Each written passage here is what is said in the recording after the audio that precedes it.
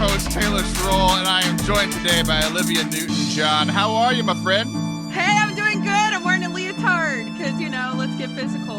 Olivia Newton-John. You don't know what that means. You're not old enough to even know who she is. Let's get physical. Physical. Yeah, you're not wearing a leotard. I was thrown off by that. That's why I said it. Well, welcome to Forte Catholic, where the host is confused 40 seconds in. Olivia, so we announced a few weeks ago on the show that I'm doing Forte Catholic full time. It's now a nonprofit organization, and that was my big news. And meanwhile, you had your own big news that I was also in on all around the same time. I want you to share your news, and then we're both going to share our perspectives on how it's going. So first of all, share your news. Oh, you just set me up, and I'm going to be in my head now. You're the worst. Where else would you possibly be? It's the truth. That is very true. So you are. I love that my news includes you, which is why you're allowing me to have my news. Let's be honest. 100%. Oh, I'm aware. I have a podcast, and you are my producer and all the things. You're like all of it, except for the graphic design. You've done every piece of it. So I owe you so many things, which I sent you a carton of meat to say thank you. Yeah, explain that one. It's kind of my thing right now. I kind of just send boxes of meat to people to let them know that I appreciate them, and you received a box, and so that was me saying I see you, I thank you, eat meat. That's what I did. Yeah, you sent me these Omaha steaks, which was so strange because we had set all of this up, and it was tremendous, by the way. We ate steak for a week and a half, and for a family on a single income that works in ministry, eating steaks all the time is not a thing that usually happens. But it was just such a strange way to say thank you. Like no one's ever like sent me meat as a thank you. I've received Omaha steaks before. It was like a birthday present or a Labor Day present. It was never never hey, thank you for helping me with this project, and I know I'm driving you insane, so here's some Omaha steaks, please enjoy. It was strange. I'm thankful, but it was strange. Oh, I feel no differently about you, but I ate really well. I knew it wasn't going to work. I knew it didn't matter what I sent you. You were still going to be annoyed and frustrated and want to punch me in the throat, but you're a gentleman, so you won't. But the only reason I'm not punching you in the throat is because we're quarantined. Oh, okay. Got it. I got it. So as soon as that's over. But yeah, that was my way of saying thank you. Even though I do pay you, I wanted to also let you know, hey, I really do appreciate it. Remember that time I set you up to talk about your big news and then you just talked about sending me steaks? Yeah, I know. I am in your head. You are. So yes, I launched a podcast, but it involves so much of you. That's again, what's so annoying about this. But it involves you because the day that I met you, I think you kind of were like, so do you have a podcast? And I was like, no, I'm not doing that. Who does podcasting? Everyone's already done it. It's old. It's done. Whatever. And you were like, wait. I want people to stop. I want you to stop because people need to hear what you just said. And this is the stuff I deal with all the time. You're like, your logic for not doing a podcast for the year and a half, 2 years we've known each other was, who does a podcast? Everyone's doing podcasts. Right. So do you see how you cannot hold those two ideas together? Like it doesn't make any sense. We know I'm not logical, and that's we know. Hey, thanks. Here's some steak. Exactly. I'm just trying to distract you from my sad, really good rationales. But you know what I have discovered through this whole podcast release thing? A, it's a lot harder than I thought it was going to be. B, A, you make it a lot harder than it needs to be. B, please continue. Not in that way. Like not recording, not doing the actual whatever, but that there's a whole lot of other things to take into consideration that I did not realize. But B, not everybody does have a podcast. You know what I mean? Like I really thought, it's so saturated, especially whatever. And I'm like, you know what? Actually, there is a piece. I think with podcasting, it's more about what is not being talked about out there. And if you have a voice and you have a platform to discuss it, then you have a space at the table. And that's what I've discovered with releasing my podcast. I feel like I hit a little mark that isn't already being a hit. So I think it's not like, oh, there's another podcast about whatever. Like, I think it's unique enough that it's going to be welcomed if people listen. That's the third part. You got to get people to like go out and listen. But I also discovered I'm really good at it. And I think as a friend, that's hard to talk about. You know, it's something I struggle with. I know it's something, well, no, I almost said you, but that's not hard for you to talk about. I think I'm amazing. I forgot. I totally forgot who I was talking to. So you got out of my head. Now you're back. But for me, that's difficult it's taken me a long time to be able to say, this is where I am really great. I can actually sit here now and tell you, like, to pull up Jen Fulweiler's term, blue flame. This is absolutely my blue flame.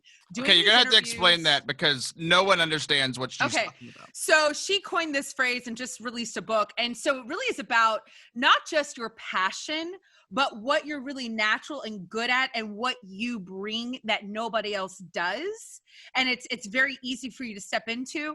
So it's kind of hard to figure out what that is a lot of times. And I have, but then it's just so easy to do and you're really good at it. You excel. And I have discovered this podcast is absolutely my blue flame. Like, A, I'm really good at it. B, people are really receptive to who's listening and who I interview. That I think is really interesting when I get off of a podcast, like last night, I won't say who, but they sat there and said, so that was probably the best interview I've ever sat through. Oh, that's you know awesome. What? I know exactly what you're doing. I love that. Now. I know exactly what you're doing because you're right. This episode won't release for like 6 weeks, but I know who it was. And I might know. I had them as an interview. So you're dissing me, and you just thought I was gonna gloss over that. Wait a second. But why we interview is different. Okay, so let's be honest about that. Your show, which I'm so blessed to be a part of, is different than what my show is. And I think that's also what I had to understand. I'm coming at it from a different angle. And so I'm going into a different space. You allow space for people to talk about what they're doing, what's going on. Yours is very like what's happening right now. Like, this could release in a year and it's not going to matter because my conversation with the person is I'm really going to like the whole Barbara Walters, Oprah, you know, that Diane Sawyer, Paul Harvey. That's who I'm channeling. Is I'm interviewing to get a person into who they are, but that's not what other shows that I'm a part of is what the aesthetic is. So I think that that's what's interesting about it, where in our line of work, a lot of what we do, Taylor, is that we come on and we tell people about our projects. Like right now, you're not getting to know me. You don't want to. You're like, I know enough. I know way too much. You know way too much. So it's my job to get to know you, so that when you come on, I can filter out the things that are going to get you canceled. That's my role in your life. That is true. You kind of are like Jiminy Cricket on my shoulder. I also have to pause here. It's funny. Like, it is very strange for me to hear you speak so positively about yourself. I never do. Because you never do. And you said one thing twice where you were like, I'm good at this. And I'm very proud of you. And I'm not going to make fun of you for that. I am going to still make fun of you, though, because that's my job. I love how, like, usually you're not confident, and it's been part of my job. Like, my job is to make fun of you publicly and tell you you're good at stuff privately. That's kind of my MO. But the fact that you're like, hey, you just went through this whole thing, and it's one of these things, you're being genuine, but you don't realize what you're saying to me. Okay. The first thing was, I'm better at interviewing than you, and I've been doing this for 3 weeks. It's my turn. It's my turn. Secondly, you were like, you know who I am? I'm Oprah and Barbara Walters. Like, that's who I'm comparing myself to. You know, some of the greatest industry leaders and interviewers of our time. That's who I am. And you don't, Taylor, you don't care about the people you interview. You just want them to you just have them share what they're doing today. That's what I heard. No, that is not what I'm saying. But thank you, Taylor, so I can clear it up. I appreciate the opportunity to clear the water because that is not what I'm saying. I am not Oprah. I am not Barbara Walters. I said I'm channeling like that kind of You're almost stuff. as old. Hey-o! Hey-o! Thanks. There we go. Back to the insults. And no, I think you're fantastic. And being under you and watching Taylor, watching you work and seeing what you do is fantastic. I see where I am in a different space. That's all I'm talking about. Like what we do and where we go with people. We talk about all sorts of things, but I don't really talk to people about the things that I normally would in the other places of my industry. And that's what I'm really enjoying. Like I forget, I don't even care what it is that they do. I forget about what it is. And also I'm not just interviewing Catholics. I'm not just interviewing Christians. And so I'm really into this space of like really getting to people and the stories. I'm really into, I want to hear their actual stories and things like that. It's just a whole different lane. And so I've never been in this lane. And that's why you're hearing this confidence because A, I really love it. And B, I think I'm really good at it. I think I finally see my gifts have been able to come together to a place where I'm really good at making people feel comfortable so that people will tell me things that they normally don't tell people. And that's working in a safe space that then people are telling and sharing things that they don't normally do, who get interviewed all the time or who do whatever. But that's because we're working at getting to a certain place. And so it's been really fun to ride these waves and hear these stories that don't get told, because otherwise you hear these same stories over and over and over again about these people. We think we know them, especially the public ones that I'm interviewing. But to go into a different part and people share things that they haven't before, it's just so fun. It's like, that's really cool. And when the moment that has happened, and I think every single podcast interview is the person looking at me through the Zoom screen, pausing and saying, wow, that's a really good question. That is the first point that I'm like, yes, we're doing good. And then at the end, when the whole interview is over and they're like, that was really fantastic, then I'm like, great. So I think also for me, for confidence, is that as a stay-at-home mom, someone who's not in the workforce, you don't have markers like a man does where you're like, or if you're the breadwinner, or if you do have a job where you're like, hey, we're going to give you a review, or hey, we're going to do this. And you get to hear some validation, or you get to actually shine, and you get to actually see how people react to you. It's hard when a 4-year-old is pooping in their pants who hasn't pooped in their pants for 2 years. That feels like a bad day. You feel like a bad mom. So for me also, the confidence is because I'm stepping outside of my normal way of living out my vocation. So I think that's also where you're hearing a little bit of difference or whatever. And fine, I'll say it because I just listened to you, Taylor, and you were right. So how's that? Is that a good answer? You're right. It was a great answer, but I'm still going to poke holes in everything you said. First of all, I'm happy that you're using your gifts of the podcast to mask your failings as a mother. I'm glad that's where we landed on all of this. That's true. Because it's what I do. That is what you have learned from me. I use my success in this to mask my failures as a husband and father. Yes. Yay, podcasting, what it really is. The other thing that is just fascinating to me. We're 13 and a half minutes in.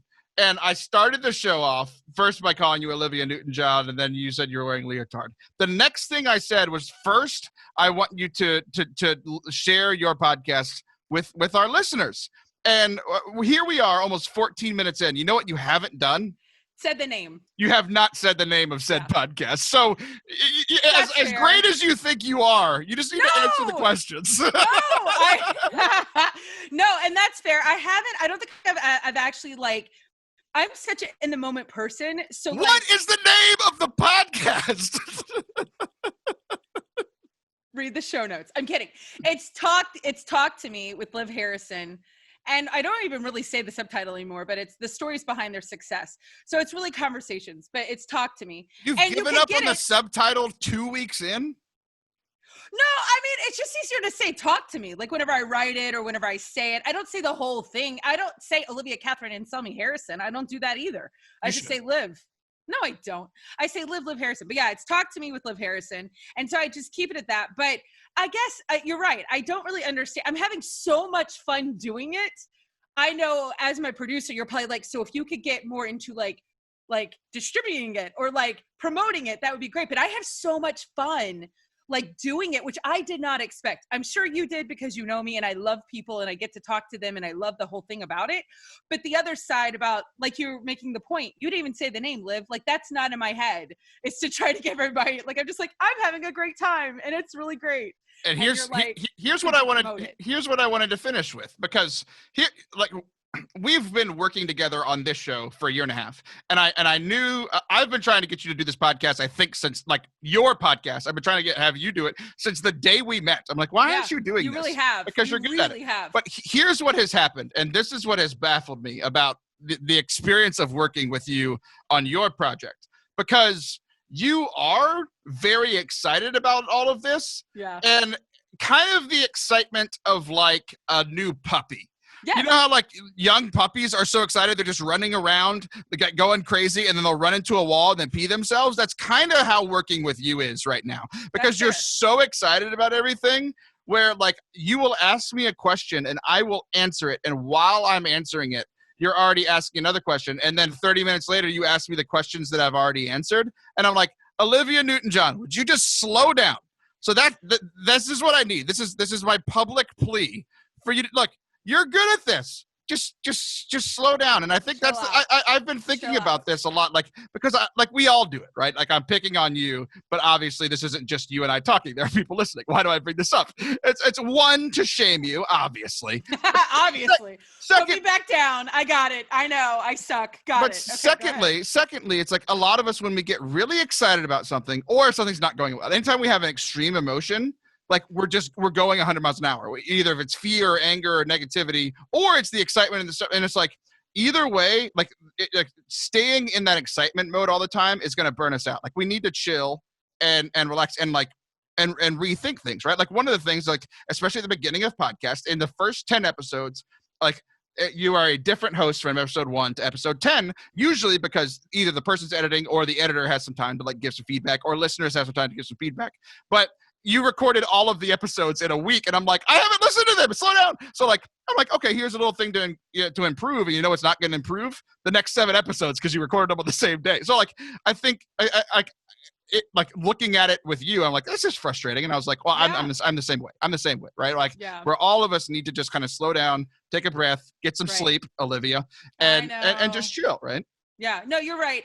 And I didn't realize how much I was going to love it. And so, yes, I booked like 4,000 people in 1 week. In fact, I have people writing me right now saying, hey, you asked me to do this podcast. I haven't heard back from you in 2 weeks. And I'm like, I know, like, sorry. Like, can we just wait a second? I was just so excited, and I have so much fun.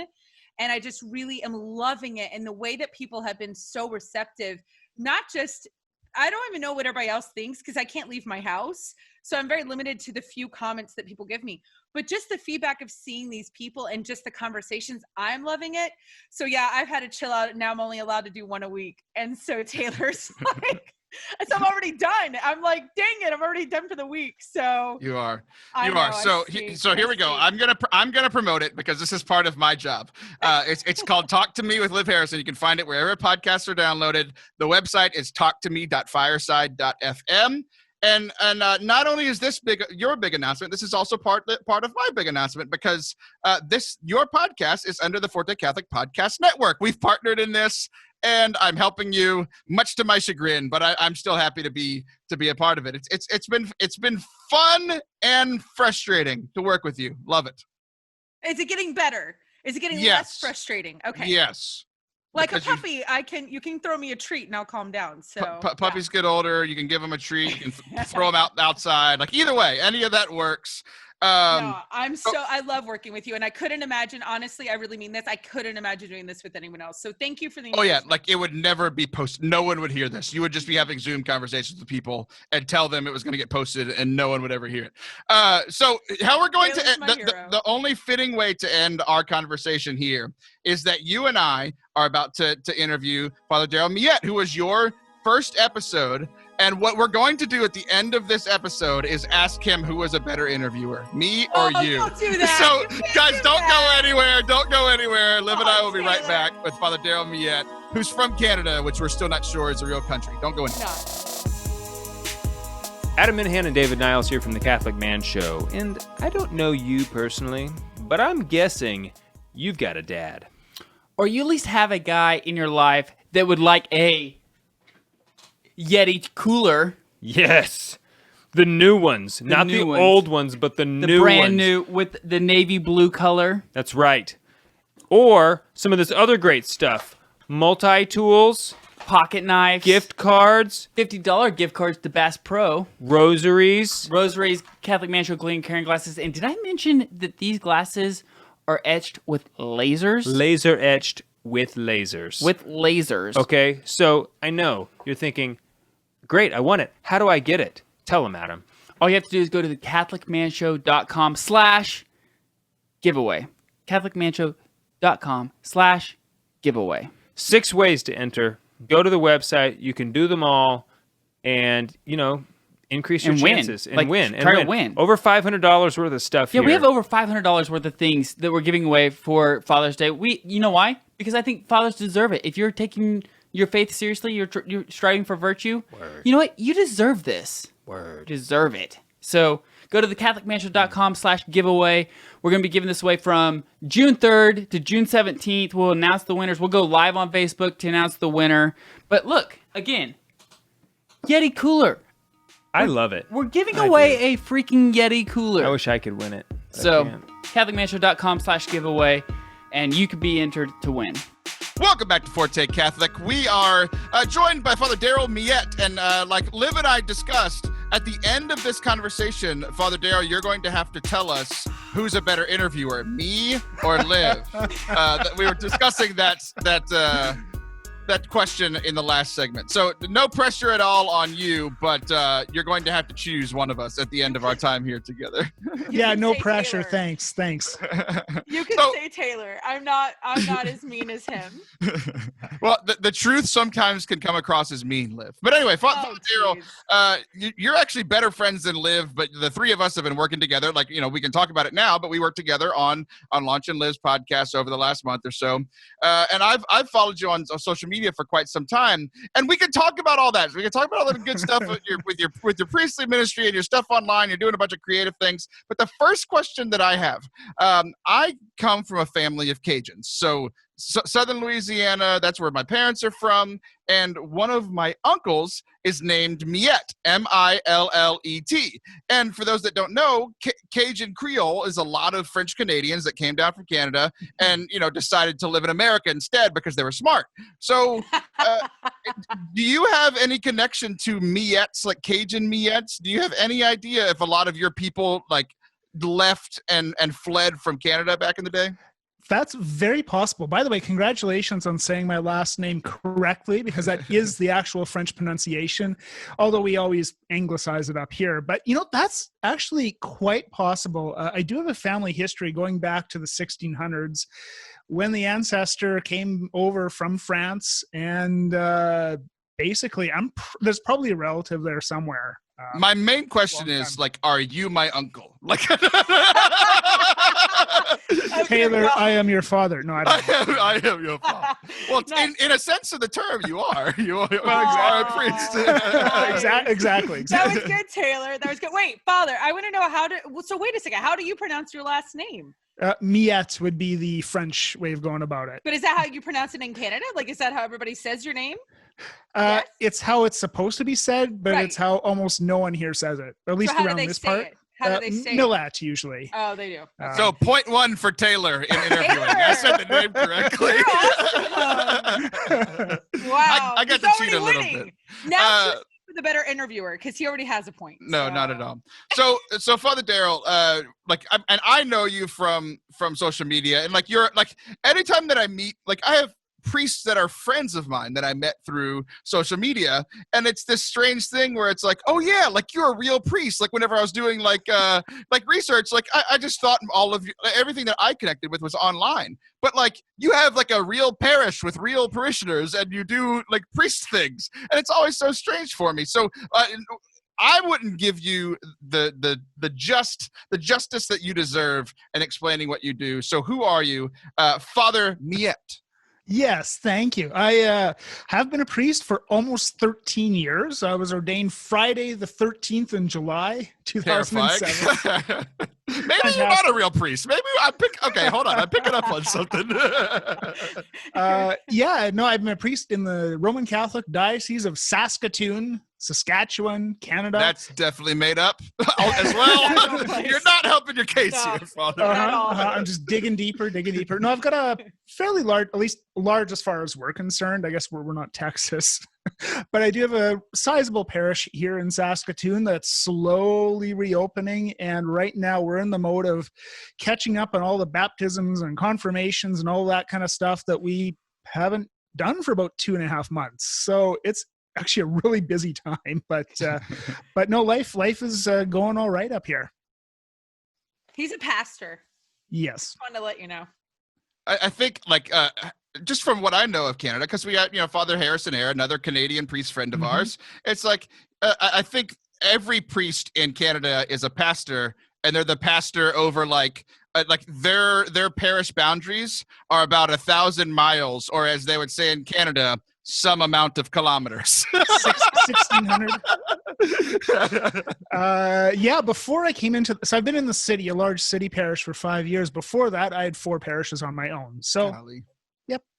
Oh, good. So you're the priest of a parish that's just now reopening, which I've heard from many of my priest friends. It's just a nightmare. Just like we talked about in last week's show. Like, no matter what you do right now, half of the people hate you, and if it's only half, you're doing great. So like you're here. You are in this hard time, and yet I've also seen you pump out some pretty amazing things. We were talking before the show that you did for Easter time. You did this, like, everybody was singing on Zoom, and one of my friends, JP Quinn, played like the trombone or something. I didn't even know he played trombone.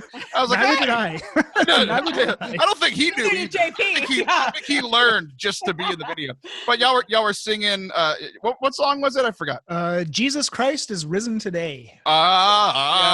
Exactly. I was offended that I wasn't asked, but whatever. That's why I brought it up. He asked everyone, Taylor. I put it out there on social media. He so. did. Oh, he no. Put it on you don't read. I'm bougie like Liv. I need a personal invitation. I'm not like people like JP. Like, he's not a professional. I'm a professional musician. I'm just kidding. That's not why I brought it up. You're doing great things. Jesus Christ is risen today. And then you did this one this past week where you got a new camera. You did a time lapse of the Aurora Borealis. Or something like that. That's what Liv called it. I'm not sure if that's correct. I'm learning from Liv. That sounds like a terrible. Hey, it's your next podcast. Learning from Liv. But you're doing all these like artsy projects, these creative projects. So how here you are trying to opening a parish, and you're like, I'm just gonna go film the Aurora Borealis. So how does that fit together in your world? Not easily. So recording the Northern Lights, I did a little time lapse. I got to bed at about 3 a.m. and it wrecked me for 2 days. So right now, as we're reopening, I'm not doing that kind of thing right now. Right. A lot of that was actually happening before we did the reopening process. So I had a little bit more time on my hands, I guess, or different time on my hands. So that was a big part of it. But no, thank you for watching. I'm glad you enjoyed it. And if I ever do one of those choir videos again, this is your personal invitation and demand. That's awesome. It's now on you. That's awesome, Taylor. Yeah. So you two just talked a couple weeks ago on Liv's podcast, Talk to Me. So Liv, Father Darryl a little bit better. So what, like, I asked him, like, kind of who he is. I want to ask you, what are the most interesting things about Father Darryl that we haven't already discussed? Oh, geez. Like your father. No, it's so great. It's been, I have to say, I've gotten a few friends out of quarantine that have become like really great friends, and Father Darryl's one of them. And so I have gotten to know him in a way that I didn't know him before quarantine. And so he's been one of those things. There's so many great things about him, though. Like, I don't even know where to start, but he is. Cop out. I'll pay you later. Thank you. I was about to go specific, Taylor. Jeez. But I would have to say, I think the thing that's most surprising about him is how, like, intelligent he is, because he's an engineer. Why is that surprising? Wait, would you just let me talk, for crying out loud? You're so mean. Because engineers usually hate me. I am not their thing. Like, usually, no, it's not limited to engineers. It is, Taylor. It is a very small subset of humans. but Father, what is really fascinating is that he has this creative side, like what you were talking about. But what he does is that he leans into it, and I think that that's what's really cool. He takes this very like intellectual space, like I don't know, Star Trek, and he goes with it and goes into and he brings it into this artistic place. So he has this really amazing balance of science and art that I personally don't really have in another friend. So he's really interesting to talk to. And he doesn't make you feel stupid when you ask 1,000 questions, Taylor, like you do when I ask 1,000 questions. He's very kind to me. So he doesn't love you enough to make you better. I understand. It's fine. I'm his penance. He constantly is getting out of purgatory because he hangs out with me. That's what the problem is. But no, I think he's just this really fascinating balance of and pastoral. So really, that's kind of like, to sum up Father Darryl would be those three things. He's artistic.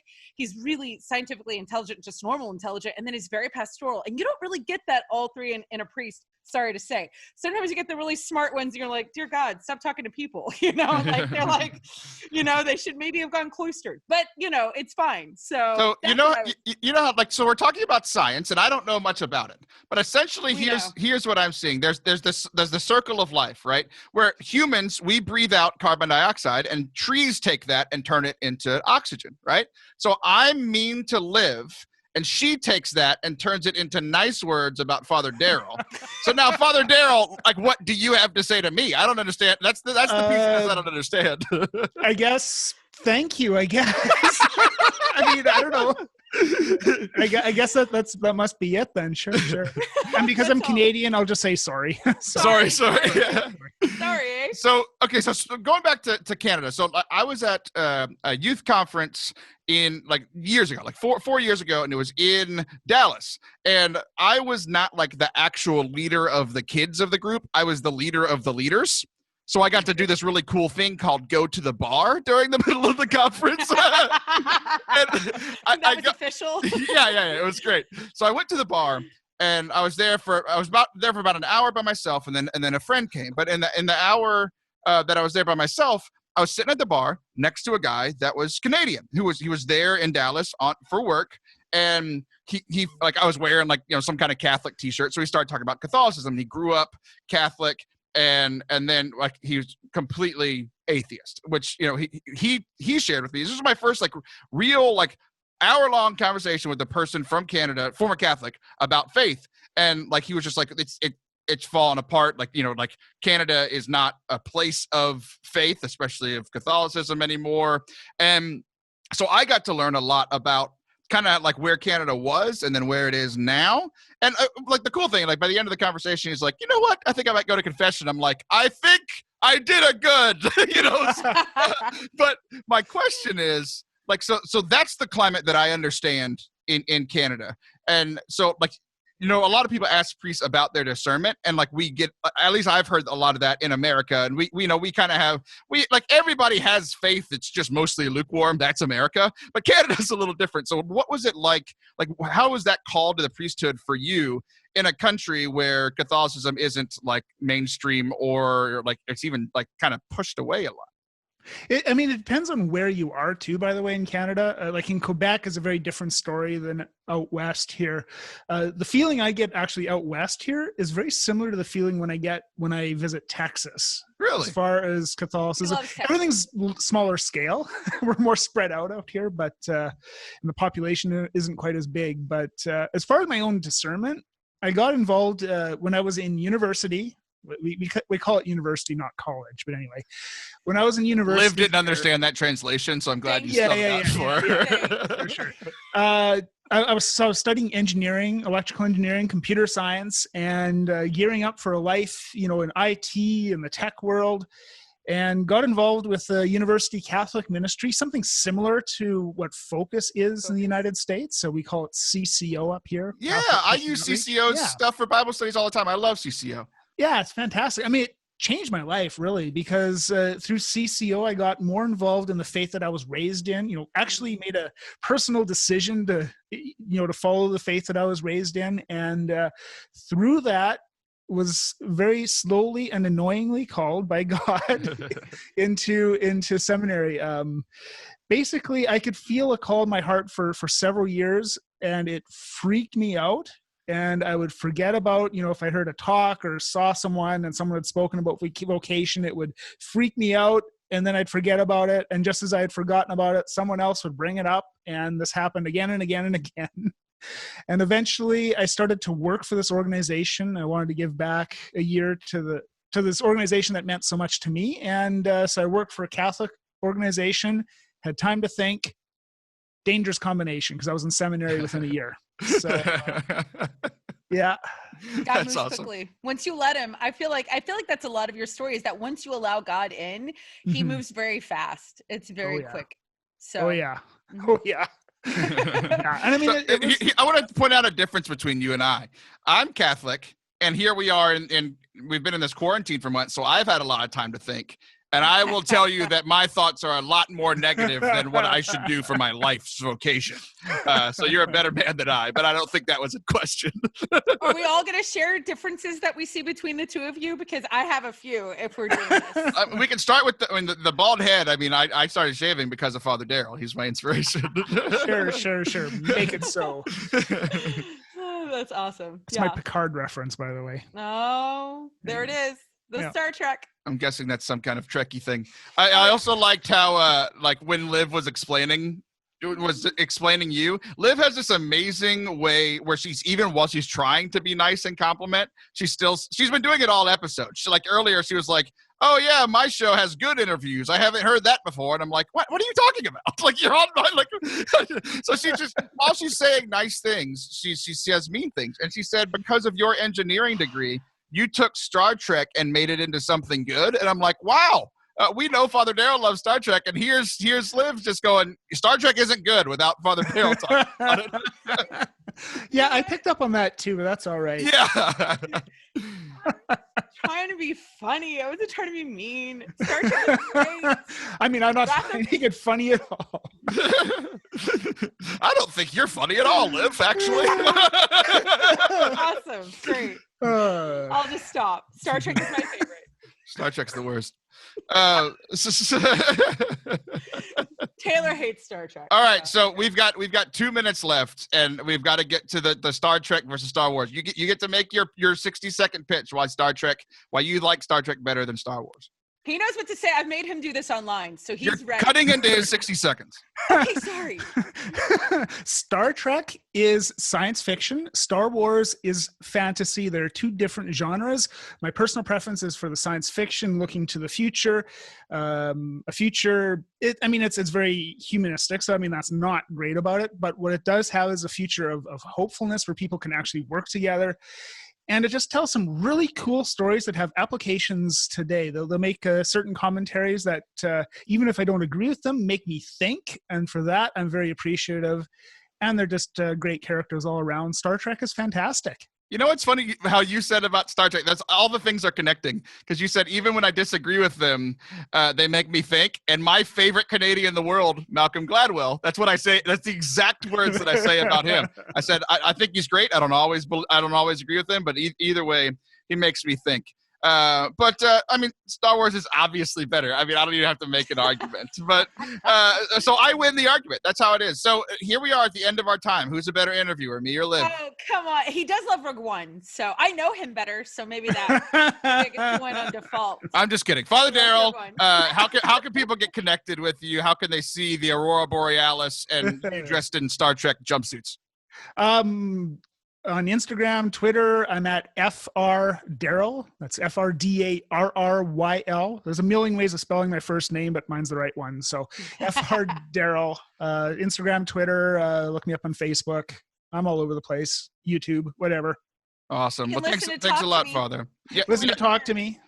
You could. It took her 40 minutes to say the name of her podcast earlier. So that wraps up our time. Liv, stop talking. You always talk over me when I'm trying to end a segment. One day I'm just going to edit you out completely. It's going to be me talking, and then every few seconds it's just going to be spaces because that would be better. Don't go anywhere. We'll be right back. Live long and prosper.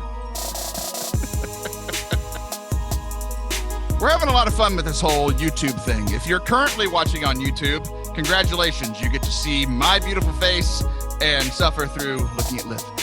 Or vice versa, however you feel about that. But if you are not watching on YouTube, you can start watching on YouTube. If you are watching on YouTube, go ahead and hit that like button, hit the subscribe. I think I'm supposed to say hit a bell or something. Just subscribe. It's not that hard. Go and do that. Even if you're just listening on the audio, we're trying to grow this YouTube thing. So even if you're like, I'm never going to watch that because I don't want to look at Taylor, I'd rather just listen to him. And even that's kind of suffering. Go ahead, just go to Forte Catholic, hit subscribe. You don't ever have to watch. It would just be very helpful. Thank you. Welcome back to Forte Catholic. I am still with Olivia Eugene Harrison, and we just talked to Father Darryl Millette. And in between segments, we asked him, and he definitely thought I was better for sure, 100%. That's true. You are. You're a better interviewer than I am. Didn't take much. I'm just kidding. You're great at interviewing, but I'm tremendous. That's really how this is working. You're my goal. What's funny is you just did the thing that I called you yesterday about not doing during interviews. You just repeated the words that I said. Tremendous. I literally called you out about it yesterday. You just did it. And that makes me feel so validated right now. You feel validated. I'm just kidding. Always. All I have to do is look in the mirror. Okay, so we're going to talk about how awesome my week has been. Are you ready for this? Yes, I am. It's all I've waited for.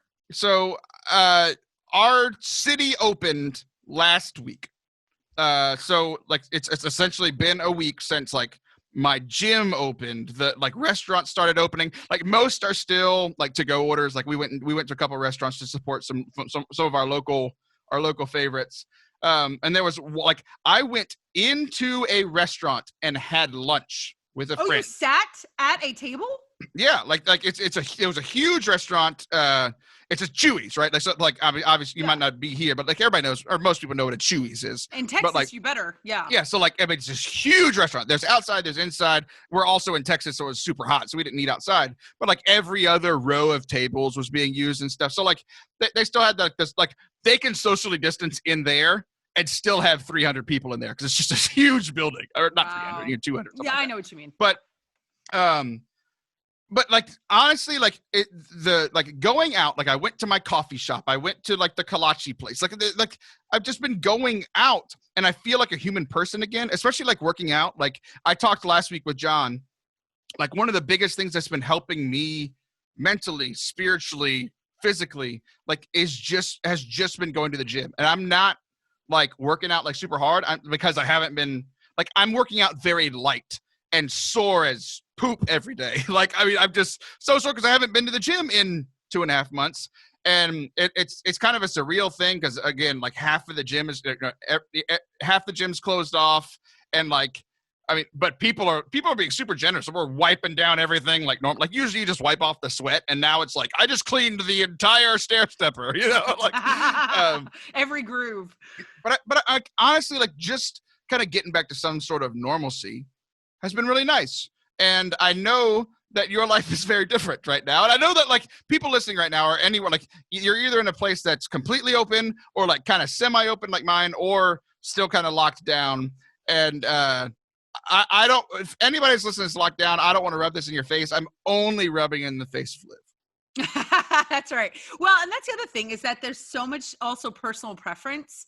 You know, I was talking to a friend today and I said, I'm so scared that it's going to turn into like, you know, Lord of the Flies or Hunger Games or something where people start being divisive of the lock-ins and the lockouts, like, you know, that people are going to start separating.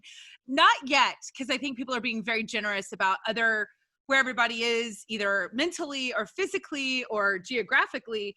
But at some point, I think it's going to be really obvious people who are choosing to stay in for whatever their reasons are, and people who are out living life, you know, pre-March 2020.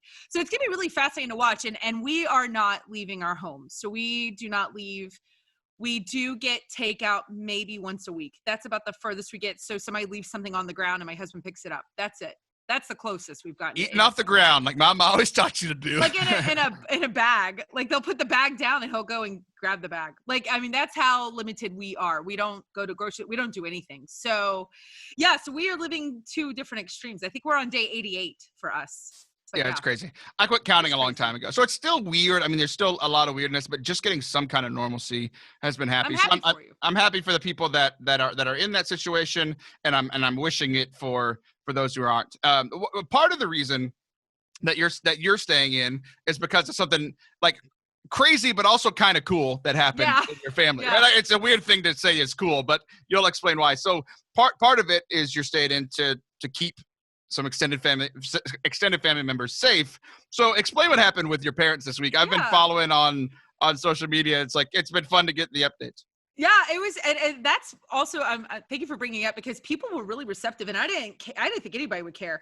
But my parents went through something pretty extreme last Wednesday. My mother donated her kidney to my father. And what's crazy about this story is that there's a lot, actually. I think that might be why so many people reacted to it as strongly as they did, like who aren't in my family or who don't know my family. But first of all, both my parents are 69 years old. Okay, so there's that. We're in a pandemic. So there's the whole COVID thing. My father, the reason why he needs a kidney to begin with is an incredible story because when I was in college, my father took the impact of a truck when he was driving. It was in the rain. It was a 2-lane road coming back from Louisiana to Texas. And my brother was 15 in the car. And he literally had just said to my brother, when you're driving and it's a 2-lane and it's raining, if someone were to come in head on to your lane, if they hydroplaned, you need to turn the car so the passenger side takes it. But because you're in the car, I would turn the car and I would take the impact. 10 minutes later, a truck came in front of my father and my dad turned the car and he took the impact of the car. So that's an incredible story. There's a lot about that whole story that I don't talk a lot about, but it's an incredible story. Because of that, he was in ICU, multiple he's going to die kind of surgeries. Like we all prepared for him to die on the table kind of surgeries. It was intense. Anyway, the medication that's kept him alive did in his kidneys. So we knew we would be here one day, that my father was going to need dialysis, a transplant. So the fact that my mother is a perfect match, I don't know what you know about organ donation, but that's a big deal. Like that's a miracle. I didn't until recently. We had a student at our school that just his similar situation, different but similar, where his father was a perfect match to give to him. So his older father gave it to the young son. It's crazy. Yeah. So my mom and my dad just did that, and they're doing well.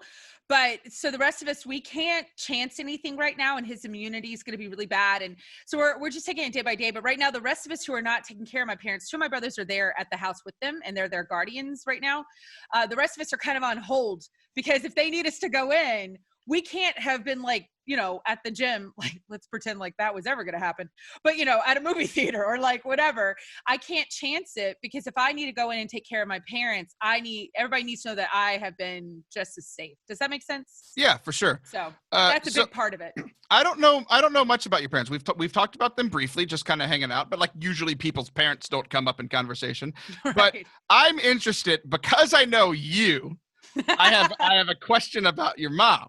Okay. So your mom right now, and throughout this whole process, right now, I don't know her at all, but I would imagine no matter what type of personality she has, it's a lot more alleviated now than it was a few days ago or a week ago or 2 weeks ago, right? But is your mom the type of person that is going to hold this over your father for the rest of his life? Like, I gave you a kidney. Like, I saved your life. You can take out the trash. Or is she like loving and gifting, the two literally have become one. A part of me is in your gut, which is she? Because I think it will say a lot about you. No, Vicky is definitely the second. So did you just call your mom Vicky? I do. I call her Vicky all the time. She's such a Vicky. She's perfect. You are breaking the 4th commandment. I think it's the 4th one. No, I love her. It doesn't say honor your father and Vicky.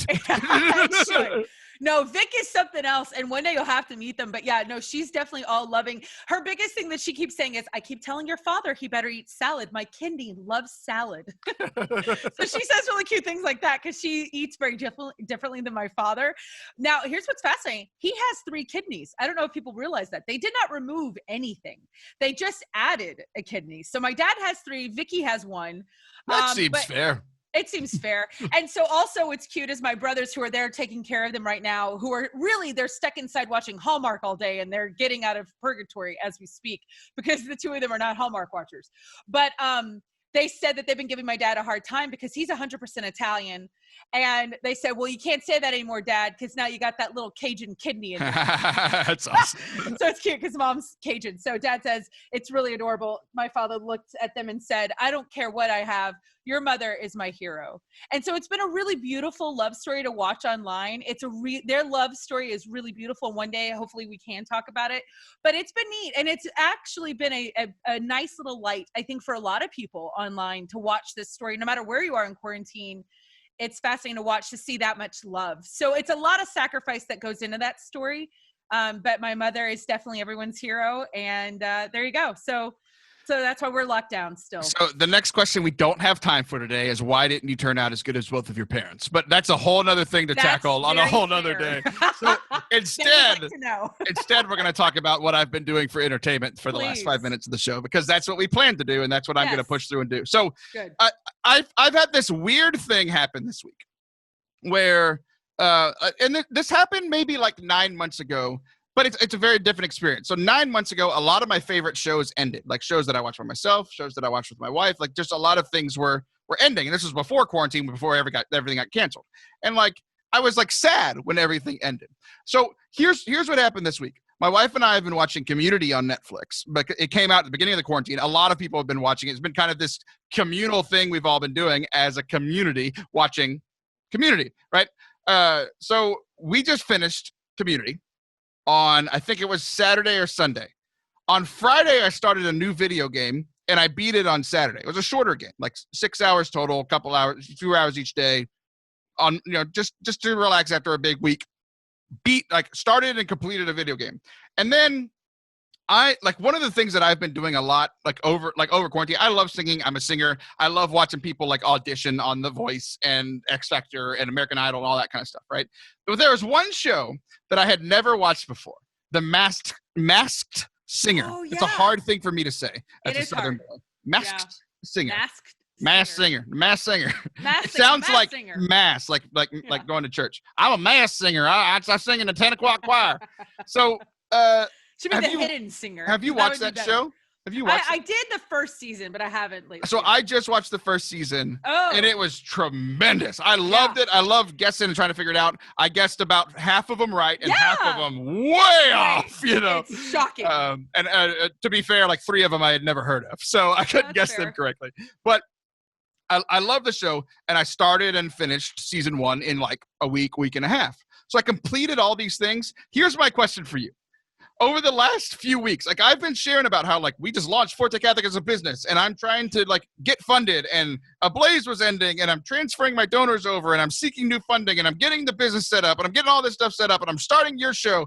I feel so much more accomplished finishing a video game, finishing Community with my wife, and finishing season 1 than Masked Singer than I have felt accomplished about anything over the last 2 weeks. What is wrong with me? I wonder if that's because it's too emotional for you, because even though you're an emotional, like you emote, but that's kind of like, I mean, for you to really, Taylor, for you to like dig down into everything that really is happening in your life, like you just gave a litany of some really big stuff.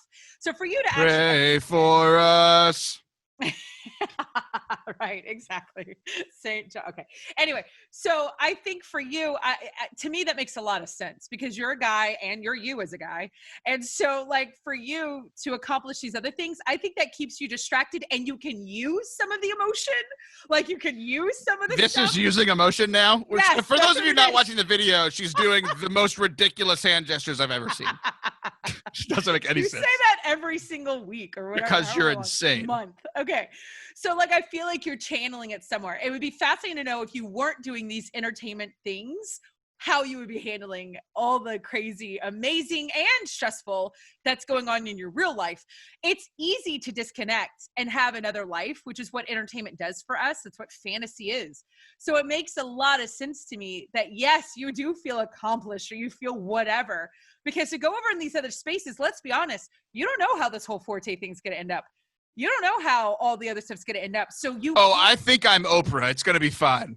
No one said they were Oprah. They said they were channeling. Oh my gosh, you're the worst.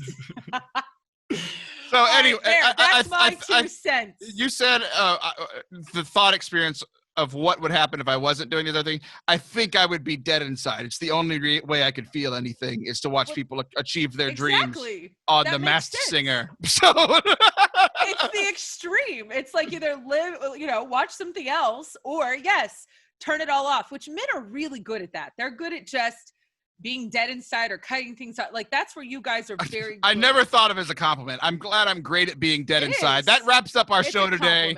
Liv, go listen to her podcast called Talk to Me with Liv Harrison, because she doesn't know the name of it. Thanks for watching Forte Catholic. All things Forte Catholic, head on over to ForteCatholic.com. I'll be back next week. See ya!